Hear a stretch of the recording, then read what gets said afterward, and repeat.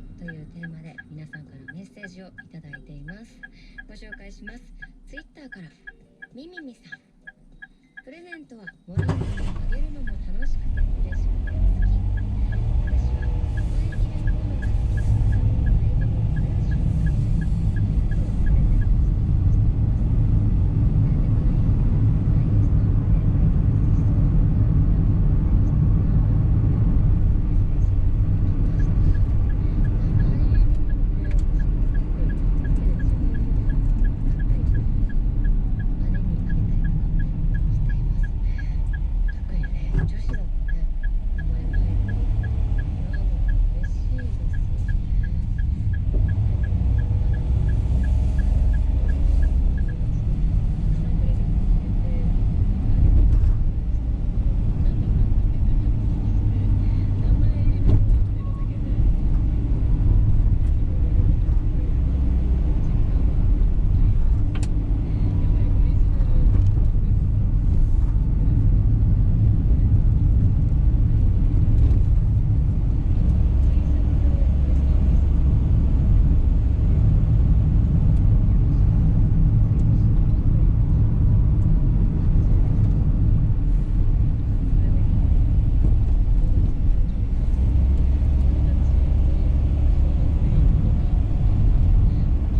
ドルが好きだったらメッセージ